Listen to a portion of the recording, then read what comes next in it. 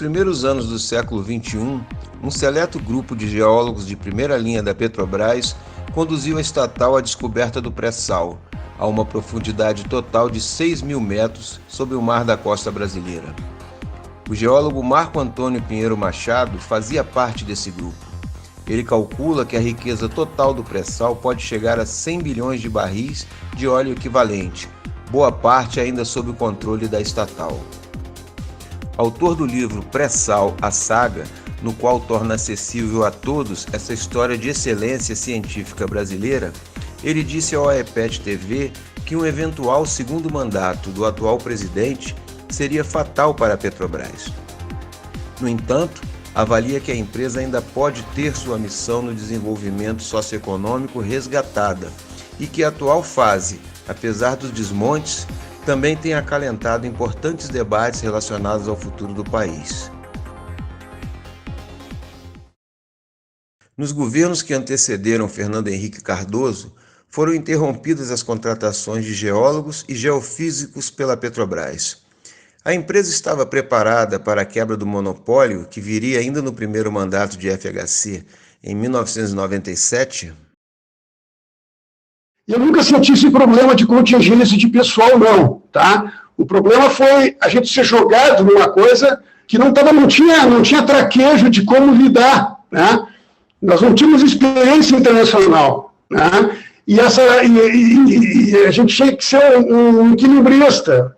Você não passar o mínimo de know-how, porque eles não conheciam nada aqui no Brasil. O mínimo de know-how, que era o diferencial que a gente tinha, né? E impor a nossa filosofia de exploração. Porque eles achavam que a gente era uma empresa de fundo de quintal. A Petrobras, ela era reconhecida, já tinha alguns prêmios e tal, mas você sabe como é que são os estrangeiros, principalmente os anglo-saxões, né? E eles vieram com muita arrogância, né? Vieram com equipes enormes, com muita arrogância, não todos, né? Mas a grande maioria. Não foi só com a geologia, foi na engenharia também, que eles tiveram muito problema para impor assim, a filosofia técnica nossa, que era de ponta, a primeira do mundo. Não tinha coisa melhor, a gente sabia como trabalhar aí, mas você tem que convencer os caras, né? Então a gente foi pego de surpresa e tinha esse problema, né? A gente tinha que se prever de não ser roubado, tinha que ser operador, e vários blocos antes do pré-sal a gente não era operador. Então a gente tomou alguns tomos aí, né, de grana, né, gastou mais do que devia, provavelmente, nem sabe, né? Porque a Petrobras não estava preparada contabilmente também para acompanhar essas parcerias. Depois, no fogo das batalhas, né, da Blitzkrieg, a gente foi aprendendo essas coisas, né? Agora, o grande diferencial é que a gente tinha o conhecimento técnico da geologia, de como fazer as coisas. Nunca, né? Esse foi um grande diferencial, né? Então é correto afirmar que, se por um lado não tinha experiências nas negociações, em tecnologia a Petrobras estava à frente das multinacionais? Sim, claro. Por quê? Porque a gente trabalha aqui há 50 anos. Um banco de dados formidável, né? E uma filosofia de exploração, que eu já falei numa entrevista há 5 anos atrás para a EPET, com a Patrícia, né? A Petrobras tem uma filosofia de exploração que é impecável, né? Ela não deixa passar óleo, as áreas são todas avaliadas, não deixa poço pendurado, como se diz, né? A gente vai até lá onde está o petróleo mesmo, né? Até gasta um pouco mais, mas sempre com bom senso, né? Para poder avaliar as áreas, né? Não vai no sentido predatório, entendeu? Então, isso aí a gente estava seguro nisso, né? O nosso problema era ter cuidado para não passar esse know-how para eles, porque na indústria do petróleo você é parceiro, mas daqui a 2 meses você vai ser adversário deles lá no outro lado do mundo, ou mesmo no Brasil, né? E ele vai usar aquele conhecimento que você transmitiu ali inadvertidamente para ganhar concorrências que você vai competir com eles depois, né? Então tinha que ter esse cuidado, a gente não tinha esse traquejo, né? E é claro, o pessoal da área internacional, aos poucos, foi nos ajudando. O pessoal da área internacional, sim, que era um contingente pequeno, né, não tinha quadros suficientes para podermos treinar nessa arte aí de conviver com parceiros internacionais, né? Os verdadeiros abutres, né? Você participou do grupo de trabalho que deu origem à Seção Onerosa. Essas reservas estão sendo entregues agora. Poderia dar detalhes do projeto? anunciado o leilão dessas áreas, certo? E foi feito o leilão. Em 2001, a Petrobras começou a trabalhar nessas áreas, no pré-sal, né? E as descobertas, elas começaram em 2005 e 2006. Principalmente em 2006, com a descoberta de Tupi, que hoje em dia é o campo de Lula, que voltei a ser Tupi. 2006, veja bem. Muito bem. Logo que se descobriu Tupi, a gente formou um poço na mesma estrutura de Tupi, muito longe, uns 10 quilômetros, e mostrou que tinha continuidade o campo. Então, mostrou que era coisa muito grande, né? E a gente imediatamente fez uma correlação com todos os poços da margem costeira brasileira. A gente fez uma correlação, a gente comparou poços parecidos, toda a margem costeira sendo uma extensão de quase 1.000 quilômetros. E a gente verificou que estava diante de uma coisa diferente. Aquelas jazidas, aquela jazida que a gente tinha descoberto no Tupi, que era uma rocha carbonática, uma rocha que ela se origina in situ dentro da bacia, né? Diferente dos turbiditos da bacia de Campos, que nos deram a autonomia de petróleo, né? Essa rocha carbonática, que é a famosa camada pré-sal, era uma coisa que se estendia por 1.000 quilômetros até Sergipe e Alagoas, né? E a gente já tinha furado no meio do caminho, na bacia de Campos, mas uns poços em lama d'água mais rasos, poços assim mais tímidos, subcomerciais. Só que a gente comparou, vamos dizer assim, o raio-x do poço, né? Quer dizer, aquele diagrama que te dá o que tem dentro dele, né? A identidade do poço, com esses poços até Sergipe e Alagoas, e viu que tinha a mesma identidade, vamos falar assim para o leigo entender. Então, aí, isso foi tudo em 2006. E aí nós chegamos para os nossos chefes, da nossa equipe, isso aqui é muito grande, isso aqui é uma coisa que só tem paralelo no Oriente Médio, na Venezuela, no Canadá, etc. Nós conseguimos sensibilizar nossos chefes, e eles sensibilizaram o governo da época, que era o governo Lula, né? E aí o Lula teve Lula e a ministra Dilma Rousseff tiveram aquela atitude digna de um Getúlio Vargas, de um Juscelino, que eu coloquei no meu livro, né? Não, para um pouquinho. Isso aí é muita coisa, vamos mudar essa lei. E se mudou a lei. A lei foi mudada em 2010. Foi promulgada, foi uma coisa muito rápida, né? E para se fazer isso, nessa época, já tinha a Agência Nacional do Petróleo, a ANP, que era a fiscalizadora desse segmento da indústria do petróleo, né? Então, foi designado para a ANP, né? No bojo da lei, a lei tinha basicamente três grandes concepções, pilares, digamos assim. Primeiro, mudava o regime de concessão. Ia ser um regime de partilha, que a gente pode falar o que é isso aí depois. Segundo, criava um grande fundo soberano, digamos assim, né, igual que tem na Noruega, por exemplo, um fundo de recursos que vinham vindo dos royalties desse novo modelo, certo? E, em terceiro, criava a cessão onerosa. O que é a cessão onerosa? Cessão onerosa é o seguinte, isso aqui é um filé mignon. Quem descobriu foi a Petrobras, que era uma estatal, né? Então, a Petrobras, entre outras coisas, né, ela tinha o direito de ter um prêmio para isso, que, na verdade, é um prêmio para a sociedade brasileira. O que é a cessão onerosa? A União cede para a Petrobras uma área que elas vão escolher de um comum acordo, que tenha lá embaixo aproximadamente 5 bilhões de barris de óleo equivalente recuperável. Quer dizer, a Petrobras tinha que comprar da União, por isso o termo cessão onerosa. Certo? Agora, quanto é que ela vai contar? Quanto é que ela vai gastar para dar esse dinheiro para a União? E ela pagou à vista quase, né?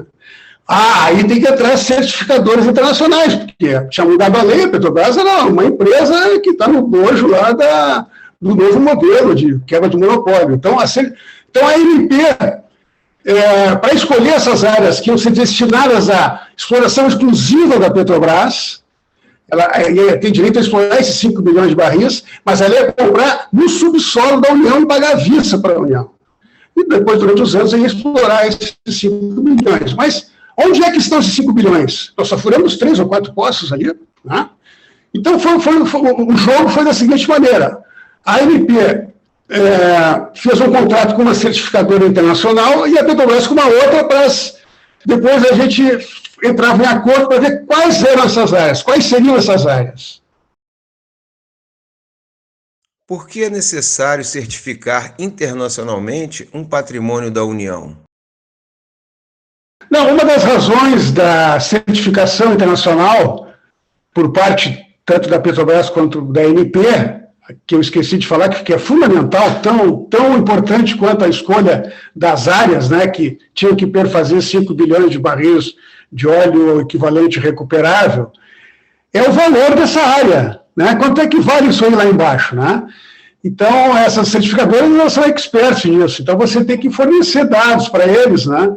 De infraestrutura que tem a empresa, da área, etc. e tal, para saber quanto é que custa a extração desse óleo, né? É um valor diferente desse valor de mercado do petróleo, uma coisa bem técnica, que é rotina na indústria do petróleo, né? Quanto é que vale a jazida lá embaixo, né? Isto é, quanto é que custa para você extrair esse petróleo, sem comercializar ele? Quanto é que custa para deixar ele na superfície? Este custo foi avaliado em cerca de 42 bilhões de dólares, referentes a 5 bilhões de barris. Como a Petrobras se financiou? A Petrobras tem que fazer maior a captação no mercado no mundo, né, em bolsa, né? Foi ali que uma da parcela desse dinheiro foi adquirido ali, né, naquela split das ações, né, uma espécie de IPO, né? Foi o maior do mundo na época, acho que é o maior de todos até hoje, né? Então, aí ela pagou à União esses 5 bilhões de barris. E, no final, depois das duas certificadoras terem chegado aos seus resultados, né, o que prevaleceu sempre foi a certificadora da ANP, que prevaleceu, mas na área, no preço, né, no preço do barril, mas nas áreas foi uma negociação, a gente chegou a um acordo, a Petrobras conseguiu as áreas do entorno das grandes jazidas e uma área muito grande, que é para fazer os 5 bilhões, o entorno dava em torno de 2 bilhões, e a área aqui de uma estrutura gigante que a gente chamava de Franco, que hoje em dia é o Campo de Búzios. Tá? Essa estrutura ela foi avaliada pelas certificadoras e pelo acordo da Petrobras e a União na pessoa da ANP, pessoa jurídica da ANP, ficou acordado que aquilo ali, naquele momento, a gente estimava, a concordância de ambos as partes, estimava que teria 3 bilhões de barris lá embaixo, na estrutura de Franco. Né? Mas a lei, o acordo previu o seguinte, né? Periodicamente, anualmente, por exemplo, se faria, conforme o avanço das perfurações neste campo e nos outros, se faria uma reavaliação desse volume. Para, depois de um tempo, depois de, sei lá, 5, 10 anos, a gente ia ver se precisava incorporar mais áreas para perfazer 5 bilhões ou se havia um excedente. E esse excedente pertencia à União, não à Petrobras. Né? O que a gente viu depois de cerca de uns 8 anos de muita perfuração, muitos poços, a estrutura de Franco era muito prolífica. Né? Ela chegou a mais de 10 bilhões de barris, que deu origem ao excedente da seção onerosa. Né? E esse excedente, esse volume excedente, foi leiloado há 2, 3 anos atrás, e foi, felizmente, aquinhoado pela Petrobras e duas companhias chinesas, sendo que a Petrobras detém 80%. Então, foi no final do jogo, a gente até que saiu ganhando, mesmo com essa mutilação do marco regulatório que teve depois, em 2016, no governo Temer. A mutilação, todo mundo sabe, foi quando a Petrobras deixou de ser obrigada a participar como operadora no polígono de ocorrência do pré-sal. Né? Então, o desfecho da seção onerosa foi esse. Né? No final das contas, a Petrobras ficou com uma área que tinha muito mais óleo do que deveria merecer. E nesse óleo excedente, no final, leiloado como manda a lei, a gente acabou aquinhoando 80%, tendo duas empresas chinesas como parceiras. Com o advento do pré-sal, foi necessário mudar o marco regulatório no setor, fato que trouxe o modelo de partilha e a criação de uma nova estatal. Qual o papel dessa empresa? 3 pilares, né, que foi o modelo de partilha, o fundo soberano e a cessão onerosa, né? Mas teve uma outra coisa importante, foi a criação da PPSA, que é uma empresa estatal, que é para poder administrar o modelo de partilha, né? O que é o modelo de partilha? É uma substituição do modelo de concessão apenas no polígono de ocorrência do pré-sal, certo? E o que modifica? No modelo antigo de concessão, que ainda vale nas áreas externas, no resto do Brasil, né? Quando você aqui ganha no leilão uma área de concessão, aquele óleo é seu lá embaixo. Todo aquele óleo é seu. É da empresa ou do consórcio que aquinou aquele bloco. No modelo de partilha, não. O óleo sempre é da União, né? Então você tem o direito de explorar esse óleo, né? E como é que funciona? As empresas têm que ser... elas têm que ser remuneradas, têm que ter lucro para explorar aquilo ali, porque a União tem dela o óleo, mas ela não explora. Ela usa a Petrobras como o seu braço de exploração, né? Por exemplo.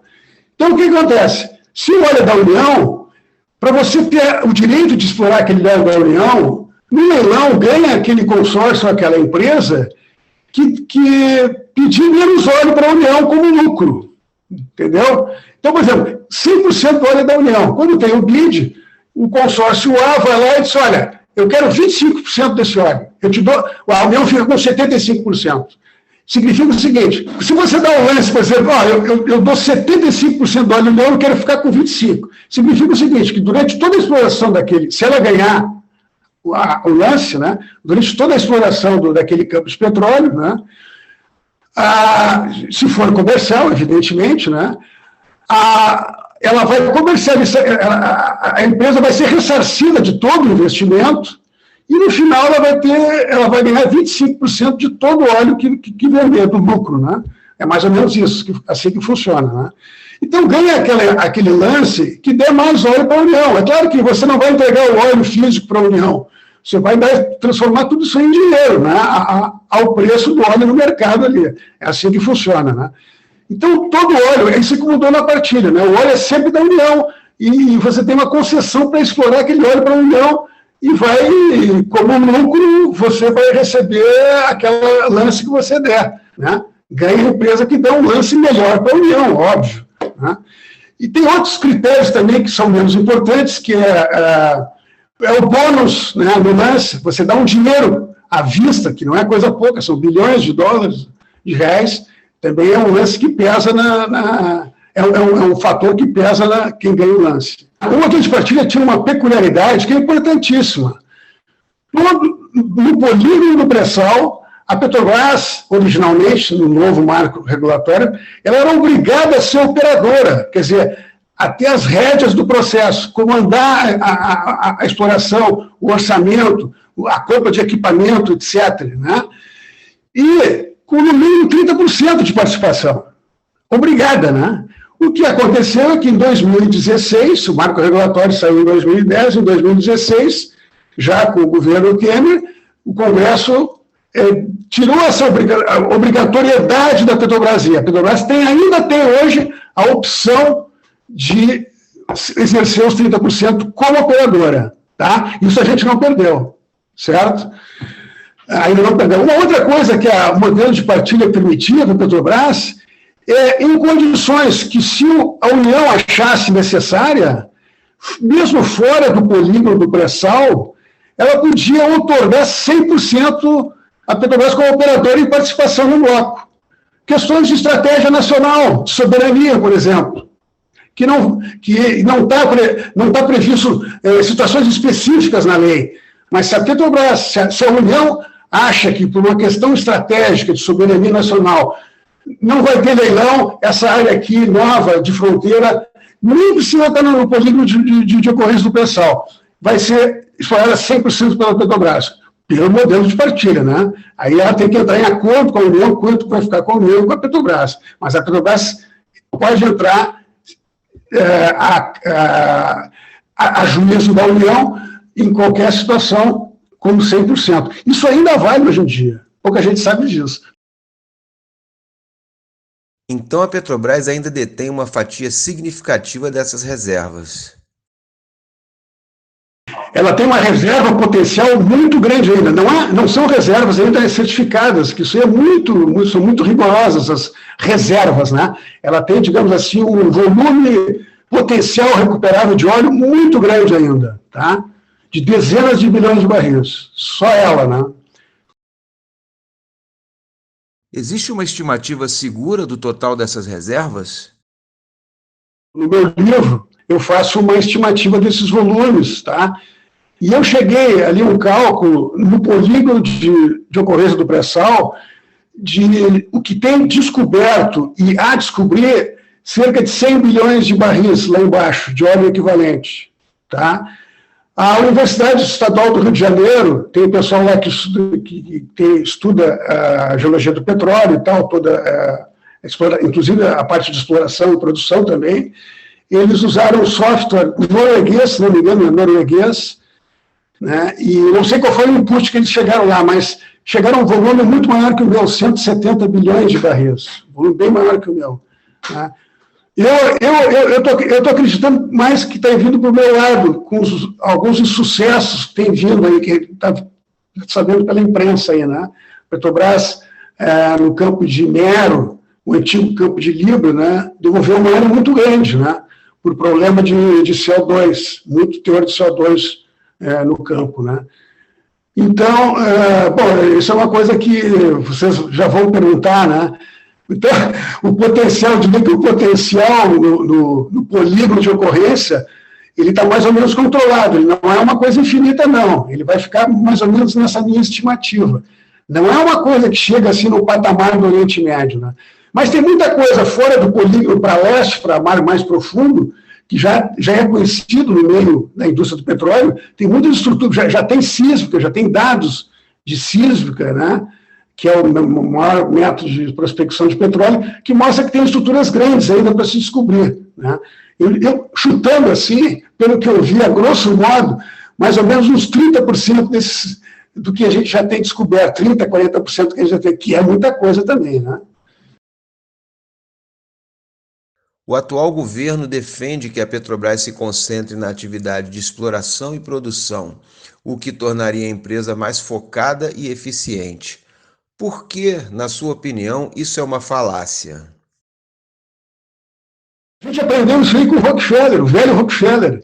Ele fez um império. O Rockefeller foi o cara mais rico de todos os tempos. Se você corrigir a riqueza dele, esses beijos da vida aí, eu não chego nem aos pés dele. Porque como é que ele conseguiu isso? Ele conseguiu aquela famosa máxima do poço ao posto. Tá? Mas é um negócio radical, ali foi radical, porque na época não tinha oleoduto. Ele monopolizou até o transporte. Né? Chegou a um ponto, você tem que ler aqueles livros do Daniel Yerg, né? E outros livros que explicam como é que ele conseguiu fazer uma engenharia política e financeira para ele alugar para os caras, para as concorrentes, lugar para transportar o óleo, entendeu? E a Petrobras tem tudo isso, faz tudo isso aqui, quer dizer. E o monopólio está quebrado, quem quiser que venha e que faça a sua infraestrutura, ou então que alugue da Petrobras, não tem problema, né? Está aberto isso aí, né?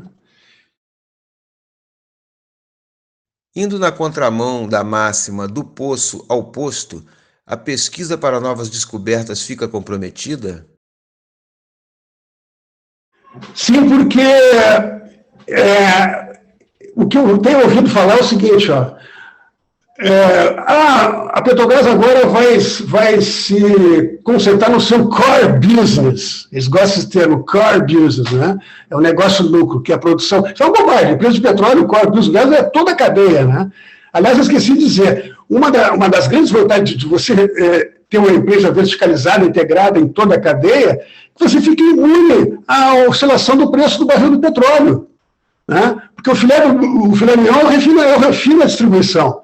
Se o petróleo fica baixo, você está refinando, você vai encontrar o petróleo barato. E é o petróleo que você está produzindo, né? Então você fica imune a essa ciclicidade da variação dos preços, né? Da commodity. Então, eles dizem o seguinte, ó, agora o core business vai ser exploração e produção. Isso é outra falácia. Eles querem só produzir. Né? E se a Petrobras não investir em exploração para descobrir, mesmo dentro do pré-sal, mais áreas e fora do pré-sal, outras bacias, daqui a 10, 15 anos a gente vai começar a murchar. O core business deles vai começar a murchar, entendeu? Então, isso é uma coisa que não pode parar, é a pesquisa, né? E eles estão dilapidando, porque tem muita gente na Petrobras que está se aposentando. Gerações inteiras, várias gerações de brilhantes pesquisadores estão indo embora. E não estão ficando aquele tempo suficiente para passar o know-how para as novas gerações que não estão sendo contratadas. A Petrobras não contrata ninguém, acho que há anos. Né? Então, isso é outra coisa que está definindo a empresa, foi muito bem colocado. Né? Quer dizer, vai haver, e já está havendo, um definhamento na pesquisa, né? Que vai deixar a empresa mais vulnerável ainda. Esta preocupação serviu de motivação para o seu livro? Essa pergunta aí, eu tenho 1000 respostas, né? Depende da plateia até, porque foi tantos motivos, né? Mas o motivo que eu considero oficial, assim, para consumo externo, né? Foram 2 básicos, né? Primeiro foi para mostrar a importância da Petrobras nessas descobertas, tá? Ali eu mostro no livro, em primeiro lugar, que não foi que o monopólio foi muito importante para a gente chegar nessa situação. O monopólio foi muito importante. Eu explico por quê, né? Porque a empresa tinha uma tradição de décadas de fazer uma exploração muito adequada, né, e equilibrada de todo o território nacional. Né? Então, e a importância da Petrobras nessa descoberta. Nenhuma outra empresa teria essas condições de descobrir em tão pouco tempo um volume de óleo tão grande. Isso eu explico no livro. Aqui eu não tenho tempo de explicar os detalhes disso. Né? Alguma coisa eu posso dizer para você aqui. Então, a importância da Petrobras foi fundamental para descobrir. Né? Pode ser que tivesse um outro consórcio sem a Petrobras que passasse batido dali, né? Não sei. Né? Mas certamente não ia evoluir com uma velocidade que a gente evoluiu. Né? E porque durante essas descobertas, no início, até um pouco antes, a Petrobras já vinha desenvolvendo tecnologias, que eu vou falar daqui a pouco para você, que é um diferencial em relação às outras empresas. Tá? Então, um dos motivos foi esse, para mostrar que só a Petrobras tinha condições de encontrar essas jazidas fantásticas em tão pouco tempo. Né? E o segundo motivo é eu usei essa experiência que eu tive, né? A sorte que eu tive, foi um privilégio. Né? O nosso grupo, isso é uma coisa que eu quero deixar claro, eu tive a sorte de cair nesse grupo que pegou esse trabalho, porque qualquer outro grupo lá que fosse escolhido ia chegar nesse resultado. Eu tenho certeza, né? Eu sou apenas um representante de uma geração de geólogos, né? E geofísicos. Né? Então, a outra finalidade, outro motivo para escrever o livro, pegando o gancho dessa minha experiência no pré-sal, de mostrar o que é a geologia para o leigo, para a sociedade brasileira. Né? Porque o Brasil é o país do terceiro mundo. Se tu vai em qualquer país do primeiro mundo, Estados Unidos, Inglaterra, a Rússia, a antiga União Soviética, na China, os países um pouco mais adiantados, a geologia é muito conhecida pelos leigos, pelo público em geral. Né? Eu conto uma história quando eu dou palestra, quando eu fui uma vez fazer um curso na Inglaterra, um curso de inglês, curso de férias. Era jovem, assim, aproveitei as férias para fazer um curso de inglês na Inglaterra, em Londres. E um dia a professora perguntou qual era a profissão de cada um. Eu disse, não, eu sou geólogo. Aí a professora de inglês chegou e disse, pô, geólogo aqui é Deus. Eu digo, como assim? Não, geólogo aqui é Deus, é a profissão mais nobre que existe. Nos Estados Unidos, tem cara que não faz geologia. A geologia é o hobby dele, não é profissional. É o hobby do cara. E eles escrevem livros para leigos, cara que nem é geólogo. Né? E qual é a importância disso? É uma questão de soberania nacional. Né? Há empresas estrangeiras postergando a exploração na Bacia de Santos. Existem ainda desafios para a tecnologia de exploração do pré-sal? Qual o risco? Tem um grande desafio hoje em dia no pré-sal, que é o teor de CO2 muito elevado. Esse eu acho que é o maior desafio atualmente. Tá? porque os outros desafios antigos que tinham, que era a qualidade do reservatório, né, principalmente, nós já tínhamos resolvido. Como prever a qualidade do reservatório? Agora, o fluido lá dentro ainda é um problema, né? Qual o fluido? Né? Então, o pré-sal, ele tem esse problema. Algumas jazidas, inclusive no oeste da África, acontece isso. O oeste da África é a geologia como se fosse a imagem especular do nosso pré-sal aqui, né? Só que lá eles encontraram poucas coisas até agora. Lá também tem esse problema, né? Então, eu acho que esse é o maior desafio. Pelo que eu tenho lido aí, seria o CO2 e também a presença, em vez de ter esse carbonato, a presença de muito basalto no lugar do carbonato. Quer dizer, uma outra rocha que não é reservatório, em vez de ter o carbonato esse, né? Quer dizer, são complexos vulcanos sedimentares que não são muito bons. Eles até produzem na bacia do Campos, mas não são de uma poçança muito grande, né? Mas principalmente o teor de CO2, né? Então, mas isso aí é uma coisa normal, em toda fronteira exploratória é normal, fora o Oriente Médio. Vocês têm que sempre tirar a Venezuela e o Oriente Médio de fora. As fronteiras exploratórias normais, elas são assim, você primeiro descobre as coisas muito grandes e depois vem vindo os problemas, né? Começa a descobrir as coisas menores e os problemas. Qual a origem da resolução do CNPE de 2014, que previa a exploração exclusiva pela Petrobras do excedente da seção onerosa ao custo de 50%? O que aconteceu com essa resolução? Em 2004, se lembra que as certificadoras fecharam questão em 2010, tá? Certo? Em 2014, a gente já sabia que tinha um excedente muito grande, certo? Era nos estertores do governo da Dilma. E a Dilma, ela teve aquela grande ideia, a Dilma chegou e disse, não, para um pouquinho, eu estou saindo do governo, não sei que governo que vem, vamos garantir para a Petrobras esse excedente. Então, o que ela fez? Ela reuniu o Conselho Nacional de Petróleo, e ela presidiu a reunião do Conselho, que é uma coisa rara, o presidente da República presidia a reunião do Conselho Nacional do Petróleo, e ali eles definiram o seguinte, olha, esse excedente da seção onerosa é da Petrobras. Né? Porque a lei original do novo marco regulatório, ela não dizia o que ia fazer com o excedente. Ela só dizia o seguinte, ia devolver para a União, se tivesse um excedente. Mas aí, a União ia fazer o que com aquilo? Leilão e tal. Então, tinha esse gap, né? Aí, era tão importante, a Dilma sabia que tinha tanto óleo, que chegou e disse, não, eu vou, e ela presidiu, tem ata. E aí foi determinado nessa reunião que toda a sessão, o excedente seria da Petrobras. E aí, eles colocaram ali, não, mas quanto que a Petrobras vai ganhar? 50%, como se desse um lance num bid de 50%, aquilo que eu te expliquei, e ela levava, um lance só dela, um leilão só com ela, uns 50%. Só que o que aconteceu? Antes de ser sancionada, não sei qual é o termo, a resolução do CNPE, o TCU pediu, se interferiu, pediu, e embargou, e pediu vistas desse processo. E sentou em cima do negócio. Mudou o governo, né? E quando, depois eu acho que eles deram um negativo, esqueceram, rasgaram essa ata. Então, eles queriam acabar o governo da Dilma, eles rasgaram essa ata, na prática, né?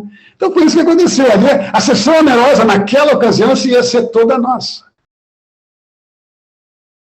Após tantas iniciativas de desmonte da empresa, que esperança podemos ter de que a Petrobras volte a cumprir sua missão no desenvolvimento socioeconômico do país? Eu tenho eu não tenho condições de responder, mas eu posso te responder terceirizadamente. Tem 3 caras que têm a resposta na ponta da língua, e não são muito iguais.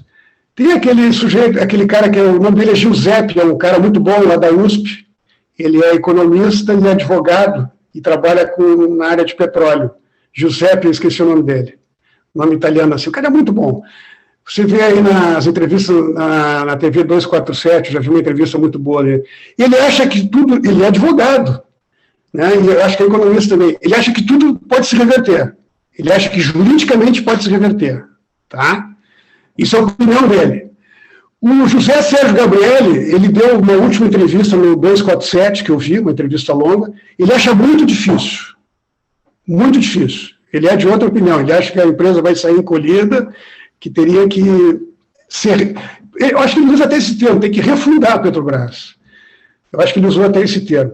E o outro cara é o Estrela, o diretor Estrela, que foi diretor de exploração na época que a gente explorou o pré-sal, que foi muito importante, né? O Estrela teve uma posição muito importante lá, incentivando, em termos de contratação de geólogo, de postura nacionalista, não entregando.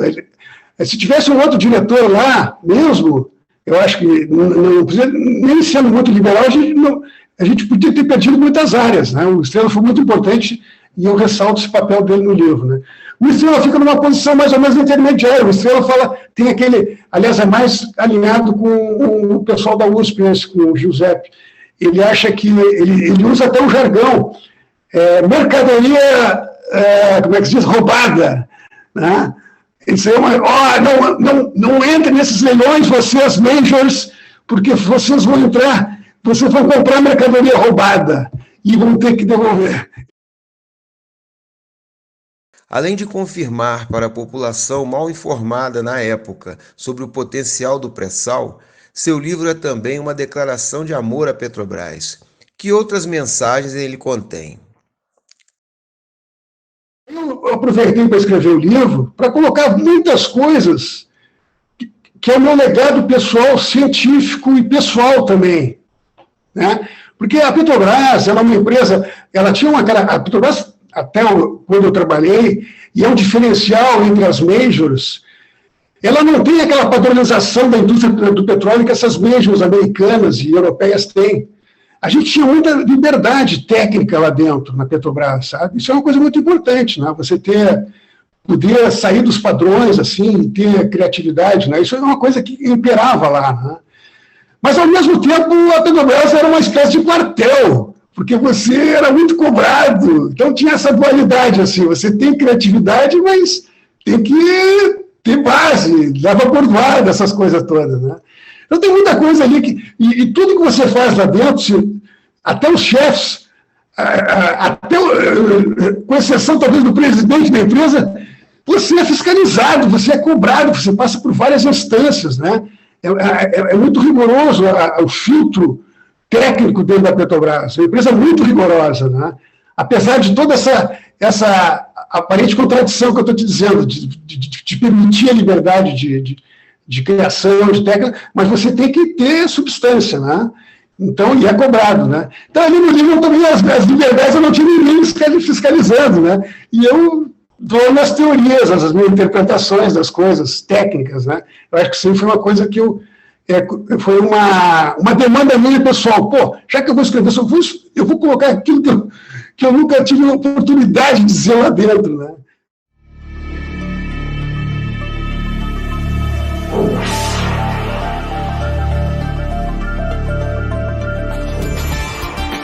Nós não temos outro caminho, tem que ser otimista, né?